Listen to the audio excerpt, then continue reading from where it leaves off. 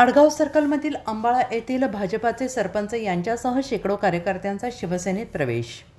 आडगाव सर्कलमधील अंबाळा येथील भाजपाचे सरपंच अंबादास इंगोले यांच्यासह शेकडो कार्यकर्त्यांनी माजी आमदार भाऊराव पाटील गोरेगावकर यांच्या नेतृत्वाखाली शिवसेनेत प्रवेश केला आहे. यावेळी युवा नेते रणजित भाऊराव पाटील गोरेगावकर, सुनील पाटील गोरेगावकर, रंगनाथ पाटील, शालिक टाले, बालाजी गावंडे, बंडू लांडगे, अनिल भिसे, गजानन इंगोले, गजानन लांडगे, विठ्ठल इंगोले, कडूजी इंगोले, संजय जाधव, दिलीप राठोड, दीपक गुठ्ठे, महादेव गुठ्ठे, संतोष इंगोले, सुरेश लांडगे, नवनाथ लांडगे, नंदू भिसे, भीमानंद भिसे, आकाश भिसे, डॉक्टर भगवान भेंडेकर, महादेव गुठ्ठे, निलेश गुठ्ठे, नवनाथ लांडगे, गजानन लांडगे, दत्ता इंगोले, दिलीप जाधव, नारायण शृंगारे, बाळू गरड, भागवत लांडगे, जगन चव्हाण यांच्यासह इतरांची उपस्थिती होती.